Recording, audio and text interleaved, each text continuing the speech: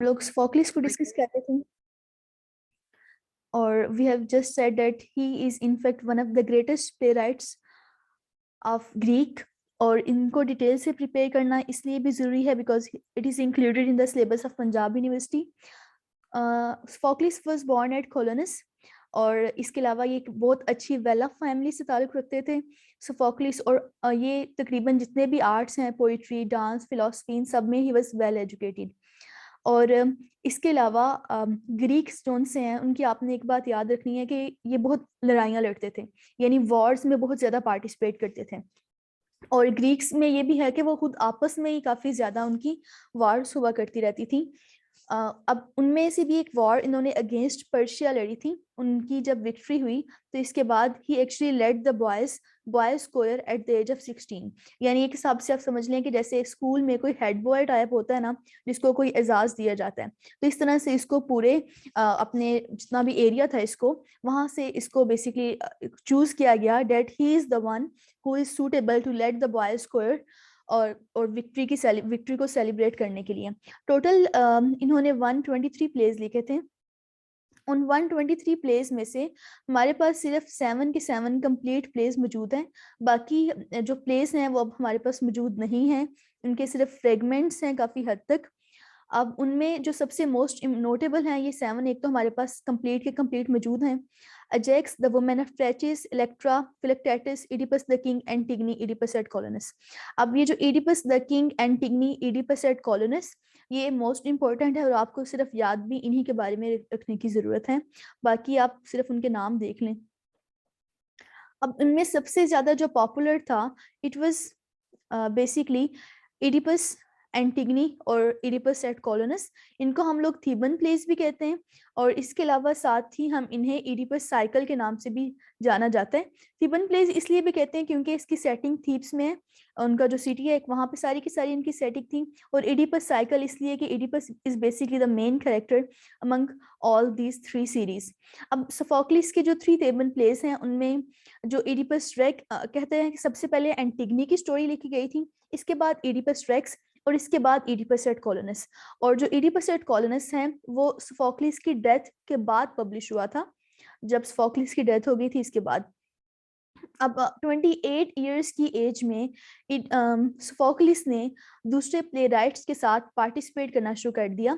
ये हमने कल डिस्कस किया था कि डायनाइसिस एक गॉड ऑफ वाइन है, गॉड ऑफ एक्सटेसी है, उसको ऑनर करने के लिए एक फेस्टिवल हेल्ड किया जाता था और वहाँ पे डिफरेंट पहले डिथीरैम्स, हिम सॉन्ग्स होते थे, बाद में वो ट्रेजेडी में इवॉल्व हो गए। तो 28 ईयर्स की एज में इसने अपना पहला प्ले लिखा और इसने 24 कॉम्पिटिशन्स जीते थे। जिस प्ले राइट की बेस्ट ट्रेजेडी होती थी ना उसको इनाम दिया जाता था, प्राइजेस दिए जाते थे, गोल्ड दिया जाता था। तो इसने 24 कॉम्पिटिशन जीते हुए हैं। स्काइलस की अगर हम बात करें तो स्काइलस ने 14 जीते हुए हैं और यूरिपाइस वन 4। और 2 दफ़ा इसका स्काइलस ने भी उसी फेस्टिवल में अपना प्ले जमा सबमिट करवाया हुआ था, उसका प्ले भी परफॉर्म हुआ और सोफोक्लिस का भी। और सोफोक्लिस 2 दफ़ा स्काइलस से भी जीत गया था और स्काइलस सोफोक्लिस की एज से ना दुगना बड़ा है। और इसके अलावा अगर हम इसकी कंट्रीब्यूशंस देखें तो हमने ट्रेजेडी की बिगिनिंग में देखा था, ट्रेजेडी की बिगिनिंग में सिर्फ एक एक्टर हुआ करता था, एस्काइलस ने सेकंड एक्टर का इजाफा किया और सोफोक्लिस ने ट्रेजेडी में थर्ड एक्टर का इजाफा किया। इसके अलावा ड्रामेटिक आयरनी का कॉन्सेप्ट भी इडिपस रेक्स ने ही इंट्रोड्यूस करवाया। ड्रामेटिक आयरनी का हमें पता है कि ऑडियंस को सब पता होता है क्या चल रहा है, रियलिटी क्या है, जबकि कैरेक्टर्स को खुद पता नहीं होता। और इसके अलावा थिएटर में काफ़ी हद तक इनोवेशंस सोफोक्लिस लेके आया था।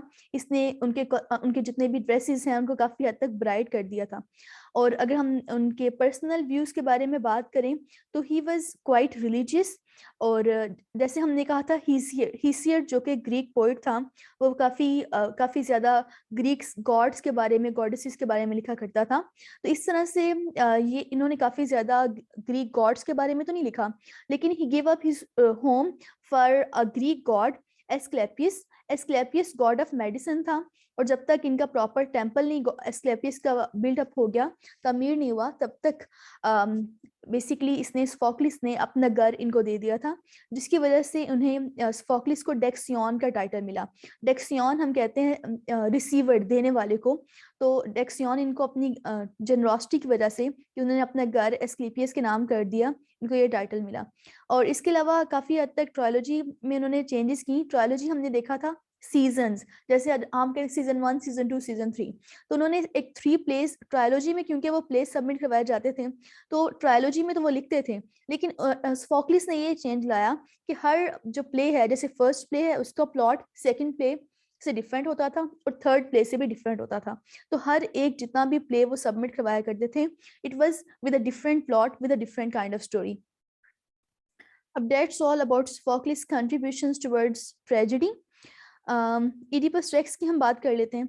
इडिपस रेक्स की स्टोरी आप सबको पता है कि इसका आगाज कैसे होता है। थीब्स का पैलेस है, वहां से इडिपस आता है, और जितने भी प्रीस्ट हैं और काफ़ी सारे लोग हैं वो पैलेस के बाहर जमा हुए हुए हैं, और वो ये कह रहे हैं कि rate each and every person is dying, हमारी जो क्रॉप्स हैं दे आर डाइंग, हमारे कैटल्स मर रहे हैं, पीपल आर डाइंग। और ओवरऑल अगर हम देखें तो थीब्स के जो हालात हैं, they are quite low, they are quite in a pathetic situation. और इसके बाद वो रिक्वेस्ट करते हैं इडिपस से कि प्लीज़ हमारे लिए कुछ आप सोल्यूशन सोचें, कुछ ना कुछ ऐसा कर दें किसी तरह से इसकी जो सिचुएशन है इट मे बिकम बेटर। तो Oedipus being like a very noble king, वो कहते हैं कि मैंने तो, मुझे ऑलरेडी पता है मैं काफ़ी ज़्यादा परेशान हूँ, और मैंने पहले से ही बेच दिया हुआ है अपने ब्रदर इन लॉ क्रियोन को, मैंने ऑलरेडी बेच दिया हुआ है। और वो बेसिकली अपोलो के टेम्पल में गया हुआ है ताकि वो गॉड और गॉडेस से पूछ सके कि what's the reason behind it, what's the main reason behind this curse upon thieves, और किस तरह से हम इससे छुटकारा हासिल कर सकते हैं। अब इसके बाद क्रियोन आ जाता है, और क्रियोन बताता है कि किंग लायस, जो कि जुकास्टा का हस्बैंड होता है, और इस टाइम तक इडिपस को नहीं पता होता कि king Laius is basically my father to.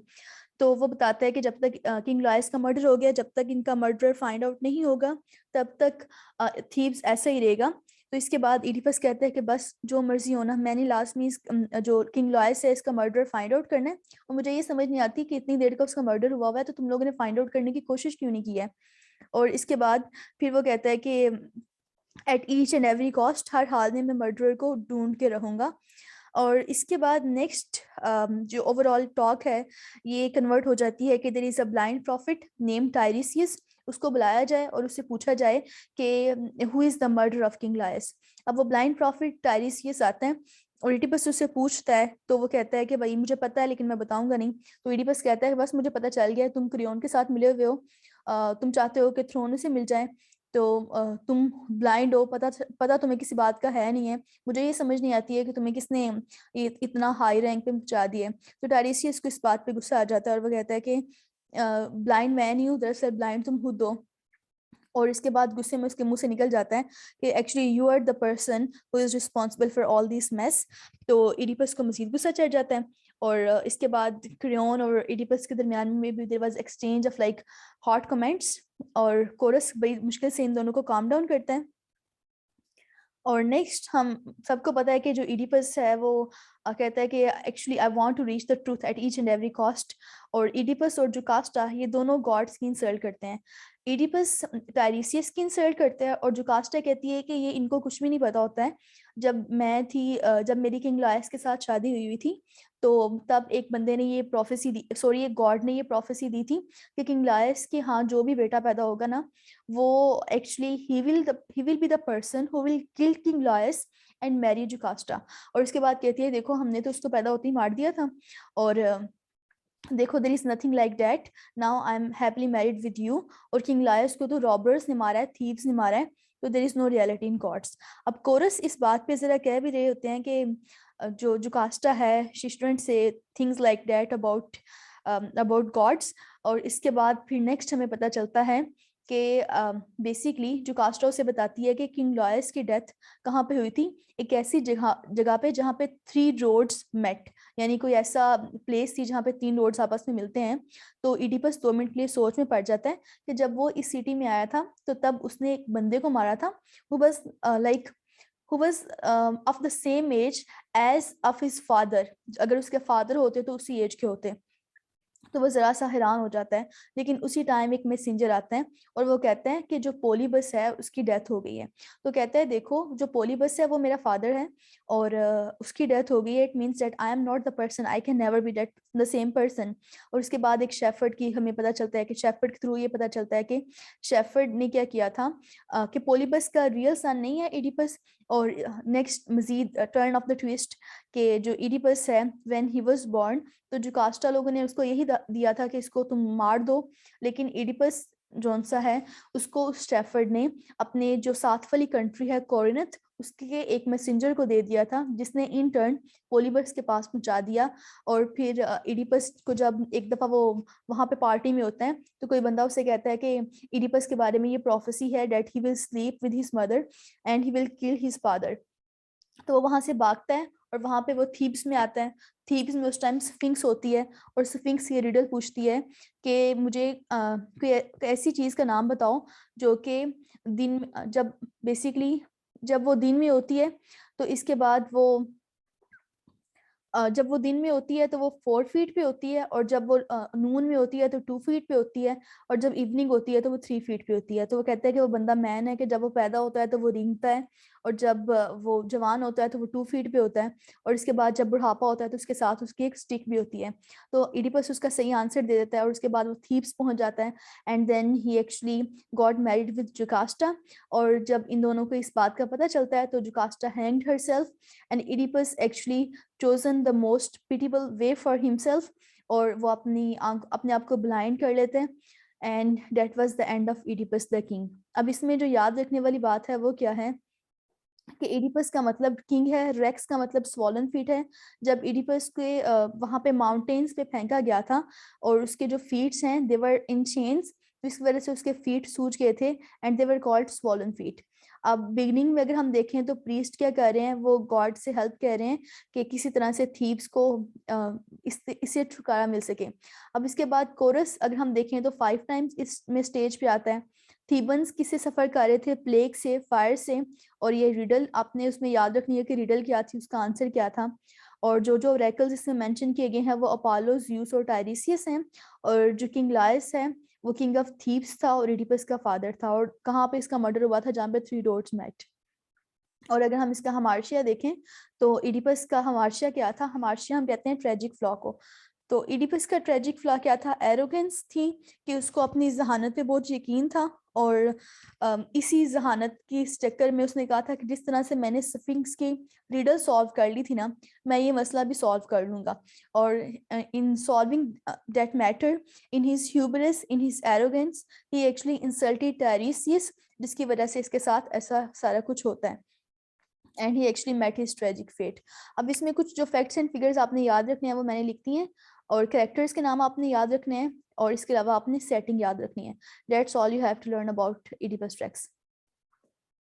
अब एंटिगनी मैं आपको एंड पे समझाऊंगी, पहले मैं आपको इडिपस एट कोलोनस समझाऊंगी, क्योंकि सबसे पहले आपने याद ही रखना है कि सबसे पहले एंटिगनी पब्लिश हुई थी, इसके बाद इडिपस द किंग, और लास्ट पे इडिपस एट कोलोनस। लेकिन मुझे ऐसे लगता है कि अगर हम सीक्वेंस ऑफ इवेंट से देखें ना, तो इडिपस एट कोलोनस को पढ़ने के बाद अगर हम एंटिगनी को पढ़ेंगे ना तो हमें ज्यादा अच्छी समझ आएगी। अब इडिपस एट कोलोनस एक तो ये सोफोक्लिस की डेथ के बाद पब्लिश हुआ था। अब हमने ये देख लिया कि इडिपस ने अपने आप को ब्लाइंड कर लिए और जुकास्टा की डेथ हो गई है। अब जब जुकास्टा की डेथ हो जाती है ना और इडिपस ब्लाइंड हो जाता है, तो थीब्स के लोग ये कहते हैं कि इसलिए अगर यहाँ पे रहना तो इससे ऐसा हो सकता है कि हमारे थीब्स पे सफरिंग हमेशा रहे, तो इसको यहाँ से चले जाना चाहिए। तो इडिपस को एंटिगनी और इस्मीन, ये इसकी 2 बेटियां होती हैं इडिपस की, एंटिगनी, इस्मीन। ये मैं आपको एक दफा मैप दिखा देती हूँ, ये आप देख लें। किंग लॉयस और जुकास्टा की शादी होती है ना, उससे उनका बेटा होता है इडिपस। अब Oedipus because he married with Jocasta, तो इडिपस और जुकास्टा के जो 4 बच्चे होते हैं, इटियोक्लेस इनका बेटा होता है, पोलिनाइसिस बेटा होता है, और इसमीन इनकी बेटी होती है, और एंटिगनी ये इन दोनों की बेटी होती है। अब जब इडिपस को कोलोनस में बेसिकली बेच दिया जाता है तो एंटिगनी इसको लेके जाती है वहां पे। एंटिगनी इसको लेके जाती है तो इसके बाद क्रियोन उस पे क्राउन के ऊपर बैठ जाता है। और इटियोक्लस और पोलिनाइसिस इन दोनों के दरमियान में आपस में झगड़ा हो जाता है कि हम दोनों में से कौन क्राउन पे बैठेगा।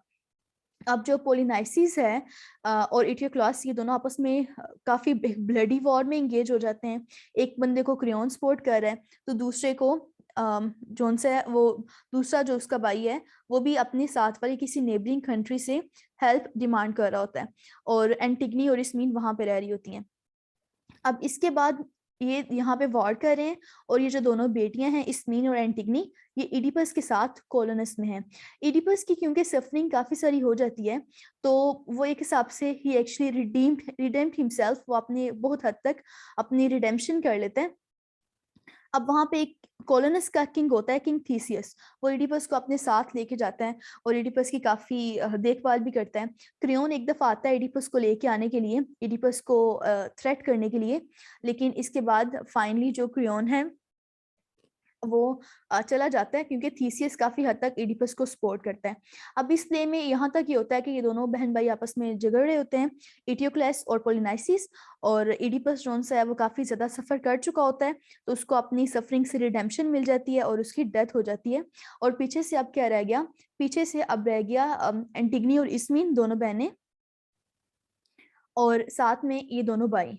ठीक है, इतनी आप लोगों को क्लियर समझ आ गई है? Should I like move towards Antigone now? अगर अभी तक कोई मसला है तो वो पूछ लें आप।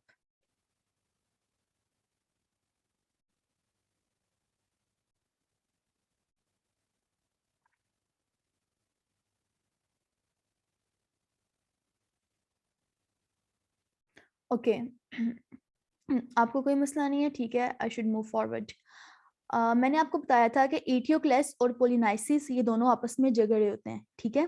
अब इटियोक्लेस को क्रियोन सपोर्ट कर रहा होता है, इटियोक्लेस को क्रियोन सपोर्ट कर रहा होता है, लेकिन ये दोनों बहन भाई इन दोनों की डेथ हो जाती है लड़ते हुए। और क्रियोन ये कहता है कि पोलिनाइसिस ने अपने भाई के खिलाफ बगावत करके अच्छा नहीं किया, इसलिए इसको कोई भी इसकी डेड बॉडी को बरी नहीं करेगा, कोई बंदा भी इसकी डेड बॉडी को प्रॉपर इसका फ्यूनरल नहीं होगा, और इसकी जो डेड बॉडी है उसको ये जो वुल्चर्स हैं, let the vultures eat the dead body of Polynices. अब एंटिगनी बड़ी एक ब्रेव किस्म की लड़की है, वो कहती है कि वो मेरा भाई है और वैसे भी ये मोरालिटी के अगेंस्ट है कि आप किसी को फ्यूनरल ना दें, तो I am not going to let it happen. और वो इस मीन से कहती है कि भाई मैं जा रही हूँ, क्रियोन ने जो करना है वो कर ले, लेकिन I will give a proper burial to my brother. और एंटिगनी जाके तो पोलिनाइसिस की डेड बॉडी के ऊपर मिट्टी वगैरह डाल देती है। अब क्रियोन को जब इस बात का पता चलता है तो क्रियोन बिकेम टू एंग्री, और वो एंटिगनी को बुलाता है तो एंटिगनी एक्सेप्ट कर लेती है, वो कहती है कि हाँ किया मैंने ऐसा, और तुम्हें क्या लगता है कि ये मोरालिटी के अगेंस्ट नहीं है कि तुम ऐसा कर रहे हो, it is against our tradition, against our morality.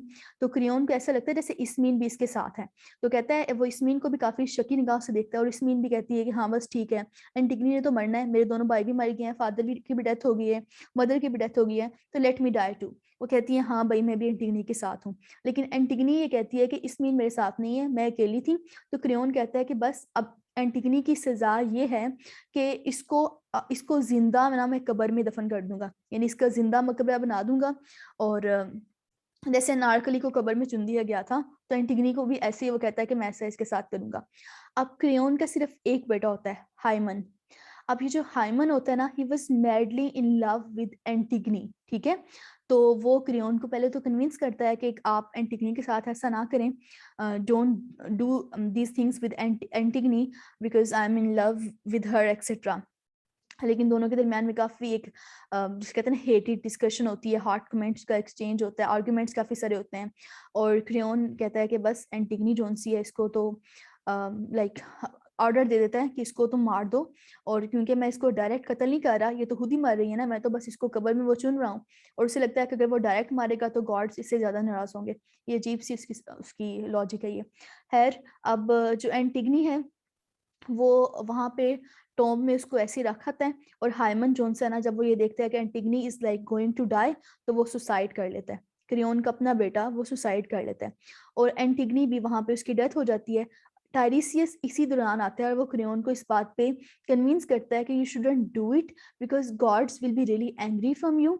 तो क्रियोन अपने आप को इस बात को सेव करने के लिए एंटिगनी को दोबारा से वो कब्र से करने की कोशिश करता है कि हो सकता है वो जिंदा हो, लेकिन एंटिगनी की उस वक्त तक डेथ हो जाती है। और हमें पता है कि हाइमन जोन सी है, वो Haemon already he had committed the suicide.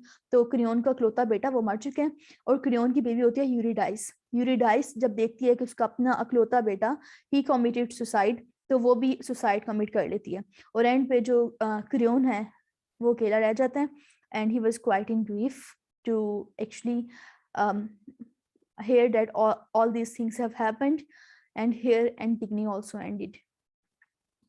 तो अभी तक अगर आपको कोई मसला है तो वो आप पूछ लें, नहीं तो फिर हम नेक्स्ट मूव करते हैं।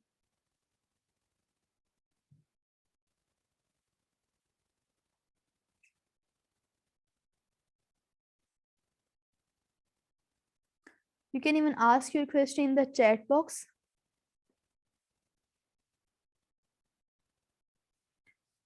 Is everything clear? If you want to unmute your mic, you can also unmute your mic too. You can raise your hand.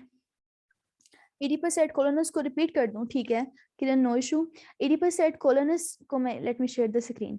आपने sequence of events से याद रखना है।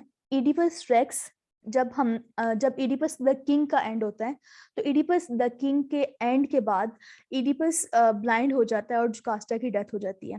अब जब जुकास्टा की डेथ हो जाती है और इडिपस को उसकी अपनी बेटी एंटिगनी वो उससे साथ वाले गांव में कोलोनस में ले जाती है। अब जब वहां पे वो ले जाती है तो हमने देखा है कि इडिपस के 4 बच्चे हैं, इटियोक्लेस, पोलिनाइसिस, इसमी और एंटिगनी। अब ये जो इसके दोनों भाई हैं यानी इडिपस के दोनों बेटे जो उनसे हैं वो दोनों तो आपस में लड़ते रहते हैं, दोनों बेटियां उसके साथ होती हैं। और वो वहां पे जो कोलोनस का किंग होता है, कोलोनस का जो वहां पे बंदा होता है थीसियस, वो काफी सारा इडिपस के साथ सिंसियर होता है और वो क्रियोन एक दफा उसको इनफैक्ट थ्रेट करने भी आता है इडिपस को, लेकिन इडिपस जो उसका कोलोनस का किंग है वो उसको सपोर्ट करता है। और इडिपस की डेथ फिर ऐसे होती है कि इडिपस ने क्योंकि काफी सारा सफर किया होता है तो गॉड्स उसको फॉरगिव कर देते हैं। और इसके बाद इडिपस की ये हमें बरियल प्लेस का उसकी अपनी बेटियों को भी पता नहीं होता, वो अपनी बेटियों को मिलके जाते हैं। और इसके बाद there was like a thunder everywhere और वो इडिपस जोन है वो उसी थंडर में गुम हो जाता है। यानी ऐसा लगता है जैसे इडिपस को गॉड्स ने खुद वो पनाह दे दी है, उसको अपने अपने पास रख लिया, बुला लिया एक्सेट्रा। तो यहाँ पे 80% कोलोनस का एंड हो जाता है। Ji Aruj, do you want to say something? आपको आप अनम्यूट कर लें अपने आप को अरुज।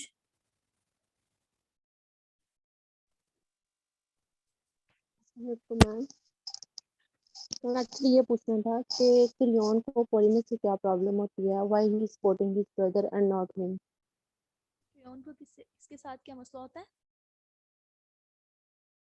Sorry, I couldn't hear properly. Aruj, can you please repeat your question या चैट बॉक्स में कर दें, वो ज्यादा सही है।